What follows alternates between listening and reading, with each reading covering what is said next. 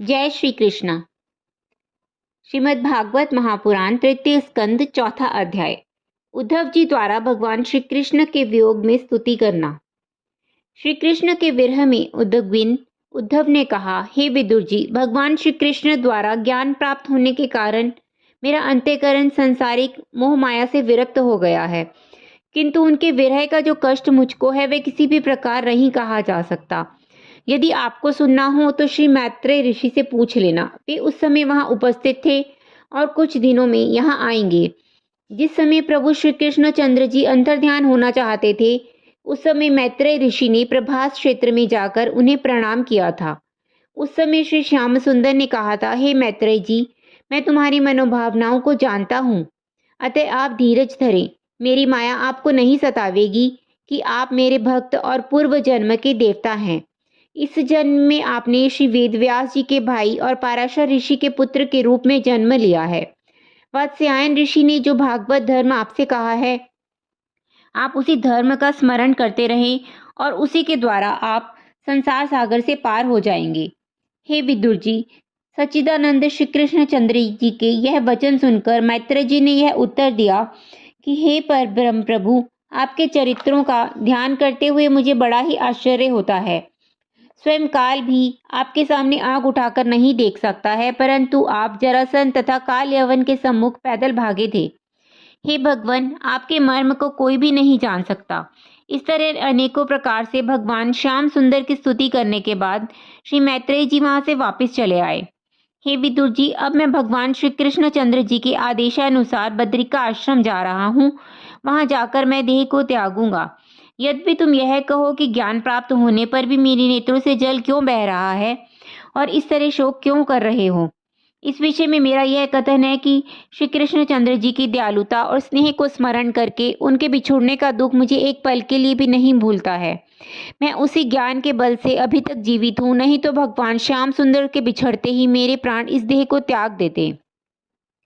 मुझे आपसे केवल यही कहना है कि भगवान श्री कृष्ण चंद्र जी ने भूमि का भार हरण करने के लिए अवतार धारण किया था। अतः हे विदुर जी, उन प्रभु की इच्छा को ही सर्वोपरि समझो।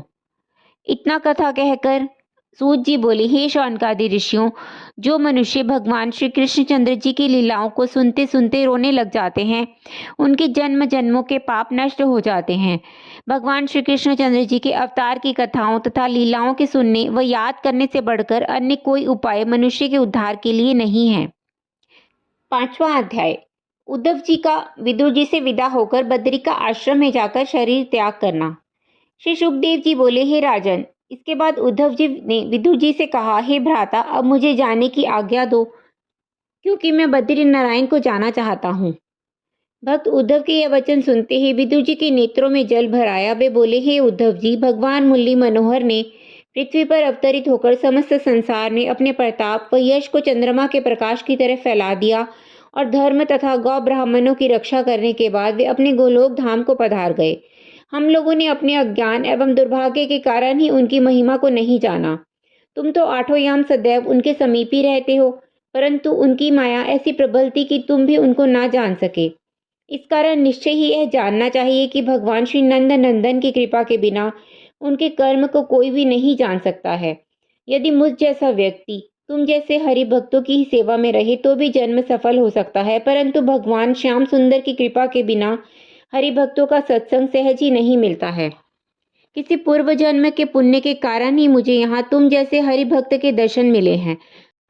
सूत जी ने शौनकादि ऋषियों से और श्री सुखदेव जी ने राजा परीक्षित से कहा। इस तरह आपस में बातचीत करने के बाद उद्धव जी ने विदुर जी से विदा होकर बद्रिका आश्रम को प्रस्थान किया और वहां पहुंचकर भगवान श्याम सुंदर श्री कृष्ण जी के चरण कमलों का स्मरण करते हुए योगाभ्यास द्वारा अपना देह त्याग कर भगवान के परम धाम को प्राप्त किया। छठा अध्याय। मैत्रेय जी द्वारा विदुर जी को संसार की उत्पत्ति का वृत्तांत सुनाना। श्री सुखदेव जी बोले, हे राजा परीक्षित, जब विदुर जी ने हरिद्वार में जाकर मैत्रेय जी से भेंट की, उस समय उनके मुख को देखकर मैत्रेय जी ने पूछा, हे विदुर, तुम इतने उदास क्यों हो रहे हो? तुम्हारे दुखी होने का क्या कारण है? यह बात सुनकर विदुर जी ने भक्तराज उद्धव से भेंट होने का समस्त वृत्तांत कह सुनाया और जिस तरह की उद्धव जी ने उन्हें बताया था वह श्री कृष्ण चंद्र जी के अंतर्ध्यान होने से, महाभारत में दुर्योधन आदि कौरवों के मारे जाने से और यदुवंशियों के आपस में संहार होने का वृत्तांत कहते हुए इस प्रकार कहने लगे, हे ऋषीश्वर, भगवान श्री कृष्ण चंद्र जी के गौलोक धाम पर धारने से मेरी यह हालत हो गई है। अब मेरी यह इच्छा है कि आपने उन सच्चिदानंद भगवान पुरुषोत्तम के मुखार विंद से जो ज्ञानोपदेश सुना है, उसे आप मुझे भी सुनाने की कृपा करें।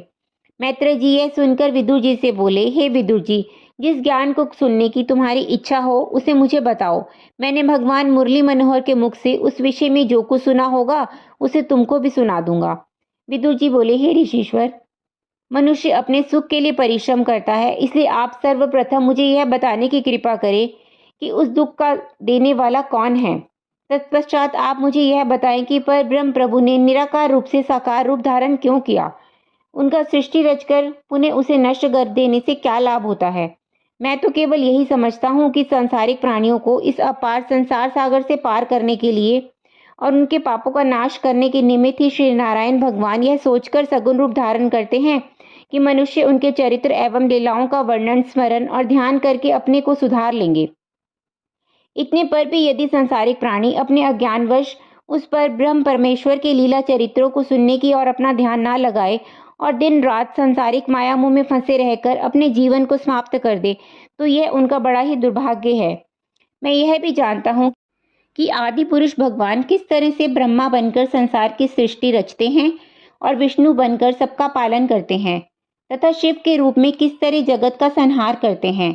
ऐसा कौन सा उपाय है जिसके करने पर श्री नारायण भगवान प्रसन्न होते हैं और सांसारिक मनुष्य अपनी अभीष्ट कामना को पाकर अंत में मोक्ष पद को प्राप्त करता है। 84 लाख योनियों में घूमने और नरक में बहुत कष्ट भोगने के बाद जब यह जीवात्मा मनुष्य देह धारण कर लेता है, तब भी वह प्रभु की माया में लिप्त रहकर अत्याचार करना क्यों नहीं छोड़ता। वह ऐसा कार्य क्यों नहीं करता जिससे सदा के लिए आवागमन से मुक्त हो जाए। हे नाथ, यह सब वृतांत आप मुझे कृपा कर बताइए, तभी मेरे मन का संदेह नष्ट होकर मुझे ज्ञान प्राप्त हो सकेगा। 7वां अध्याय, श्री मैत्रेय जी द्वारा भगवान श्री कृष्ण की महिमा का गुणानुवाद वर्णन। सुखदेव जी कहने लगे, हे राजन, विदुर के ऐसे वचन सुनकर मैत्रेय जी बोले, हे विदुर, तुम परम विवेकी हो। बालकपन से ही तुम्हारा प्रभु के चरणों में स्नेह रहा है। यद्यपि तुमसे कोई भी बात छिपी नहीं है, तो भी यदि तुम पूछते हो तो मैं अपनी नीति के अनुसार तुम्हें सुनाता हूँ। हे विदुर, जो प्राणी भगवान श्री हरि से प्रेम नहीं करते, वे बहुत कष्ट पाते हुए इस अथाह भवसागर में पड़े रहते हैं और कभी जन्म मरण से छुटकारा नहीं पाते हैं। जो मनुष्य केवल अपने स्वार्थ में ही लगे रहते हैं, उन्हें दुख के अलावा सुख कभी नहीं मिलता। यदि वे क्षण मात्र भी श्री हरि का भजन तथा स्मरण कर लें, तो वे निश्चय ही संसार के कष्टों से मुक्त हो सकते हैं। इस संसार में जन्म लेकर प्राणी जैसा कर्म करता है, उसे वैसा ही फल मिलता है। श्री नारायण की कृपा के बिना मनुष्य का सांसारिक माया मोह से मुक्त होना बहुत ही कठिन है। उस माया जाल से मुक्त होने के लिए मनुष्य को सच्चे मन से श्री नारायण जी का ध्यान करना चाहिए और उसको नारायण जी के चरित्रों का श्रवण करना चाहिए। जब कोई मनुष्य इंद्रियों के विषय भोग आदि सुखों को त्याग कर श्री हरि का स्मरण करता है, तब माया जाल से मुक्त होता है। जिस प्रकार स्वप्न का दुख जागृत होने पर प्रतीत नहीं होता है, उसी प्रकार हरि स्मरण करने पर लोक परलोक दोनों का दुख नष्ट हो जाता है। 8वां अध्याय, देवताओं द्वारा भगवान श्री नारायण के गुणानुगानों का वर्णन। मैत्रेय जी ने कहा, हे विदुर, जिस समय जगत की सृष्टि के निमित्त सभी आवश्यक चीजें प्रकट हो गई, तब देवताओं ने श्री नारायण जी से जगत की रचना करने का आदेश पाते ही कार्य संचालन करना शुरू कर दिया। जब देवताओं से कार्य पूर्ण ना हुआ, तब उन सब ने मिलकर श्री नारायण जी की वंदना करते हुए कहा, हे दीनबंधु, जगत में जो मनुष्य समस्त प्राणियों में आपके ही तेज का प्रकाश जानकर आपका भजन तथा पूजन करता है, वह सांसारिक माया मोह से मुक्त होकर बड़ा ही सुख भोगता है। आपकी लीला और चरित्रों का श्रवण करके उसको यह भली प्रकार ज्ञात हो जाता है कि आप ही सबके प्रभु हैं।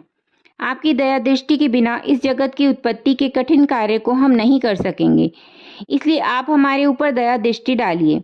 देवताओं द्वारा इस प्रकार की प्रार्थना को सुनकर श्री नारायण जी ने प्रसन्न होते हुए उनकी ओर कृपा दृष्टि डाली, तो वे इकट्ठे होकर मांसपिंड के रूप में बदल गए। उसी मांसपिंड का नाम आदि पुरुष हुआ। उस आदि पुरुष के निवास करने हेतु पाताल लोक, भूलोक और स्वर्ग लोक, इन तीनों लोकों की रचना हुई। वह आदि पुरुष आंख, कान, हाथ आदि इंद्रियों का स्वामी हुआ उसी आदि पुरुष को विराट रूप भी कहा गया है। इसके बाद उस आदि पुरुष की नाभि से एक कमल पुष्प प्रकट हुआ और उस कमल पुष्प से ब्रह्मा जी प्रकट हुए। तत्पश्चात ब्रह्मा जी ने अपने मुख से ब्राह्मण, भुजा से क्षत्रिय, जंघा से वैश्य और पैरों से शूद्र, इन 4 वर्णों का निर्माण किया। 9वां अध्याय, मैत्रेय जी द्वारा विदुर जी को संसार की उत्पत्ति का वृतांत सुनाना। इतना वृतांत सुनकर विदुर जी ने मैत्रेय जी से पूछा, हे महामुने, यह तो आपने आदि पुरुष के अवतार की कथा कही, अब आप कृपा कर अन्य अवतारों की कथा भी कहिए। मैत्रेय जी ने कहा, विदुर जी, प्रलय काल होने के बाद जब चारों ओर पानी ही पानी था, उस समय आदि पुरुष शेषनाग की शैया पर शयन कर रहे थे। तब उनकी नाभि से एक बड़ा ही तेजवान कमल पुष्प प्रकट हुआ और उस कमल पुष्प की नाल से ब्रह्मा जी उत्पन्न हुए और उस कमल पुष्प के ऊपर आ बैठे। तत्पश्चात ब्रह्मा जी ने अपने हृदय में विचार किया कि मुझे किसने जन्म दिया है और यह कमल पुष्प किसके आधार पर खड़ा है। इस बात का पता लगाने के लिए ब्रह्मा जी उस पुष्प की डंडी पकड़कर नीचे उतर आए। 1000 वर्ष तक निरंतर जल की था लेने पर भी जब उस कमल पुष्प की जड़ का कोई पता न चला, तब वे थक कर फिर उसी कमल पर आ बैठे। इसलिए यह जानना चाहिए कि शुरू में सभी जीव अज्ञानी हैं। नारायण जी की कृपा से ही सबको बाद में ज्ञान प्राप्त होता है। जिस समय ब्रह्मा जी उस कमल पर बैठे हुए चिंता कर रहे थे, उसी समय आकाशवाणी हुई कि हे ब्रह्मा, परब्रह्म परमेश्वर का भजन तथा स्मरण करो, तभी तुम्हें ज्ञान प्राप्त होगा। इस आकाशवाणी को सुनकर जब ब्रह्मा जी ने श्री नारायण भगवान का भजन तथा स्मरण किया, तब उनके मन में ज्ञान का प्रादुर्भाव हुआ। उस समय उन्हें यह दिखाई देने लगा कि एक बड़ा मनोहर सांवला पुरुष लक्ष्मी सहित शेष शैया पर शयन कर रहा है और उसकी नाभि से यह कमल का फूल प्रकट हुआ है। इस प्रकार ब्रह्मा जी को ज्ञात हुआ कि उस कमल के द्वारा उन्हें प्रकट कराने वाला आदि पुरुष वही है और उसी ने उनको संसार की रचना करने की आज्ञा दी है। जब ब्रह्मा जी को समस्त वस्तुएं उसी आदि पुरुष के रूप में दिखाई देने लगी, उस समय उन्होंने हाथ जोड़कर उस आदि पुरुष की वंदना की और कहा, हे त्रिलोकीनाथ, जो प्राणी आपसे विमुख रहते हैं उनको कभी भी सुख प्राप्त नहीं होता है और उनको 8 पहर उठते बैठते सोते जागते कल की चिंता लगी रहती है। आपके नाम को स्मरण करने वाले और आपके चरणारविंदों में प्रीति रखने वाले मनुष्य सदैव आपकी दया दृष्टि से समस्त कामनाओं को प्राप्त कर लेते हैं। 10वां अध्याय, ब्रह्मा जी द्वारा समस्त वनस्पतियों एवं पंच तत्वों की रचना। मैत्रेय जी बोले, हे नारद जी, इस तरह वह आदि पुरुष ब्रह्मा जी को ध्यान में अपने दर्शन देकर अंतर ध्यान हो गया। तब उस आदि पुरुष की कृपा से ब्रह्मा जी ने स्वयं सृष्टि रचना की, शक्ति का अनुभव किया और वे जगत की रचना करने में संलग्न हो गए। उन्होंने पहले पंचतत्व और देवताओं की रचना की, तत्पश्चात वृक्ष आदि का निर्माण किया, फिर अपनी मानसिक सृष्टि द्वारा समान रूप से सुख दुख को प्राप्त करने वाले मनुष्य का निर्माण किया।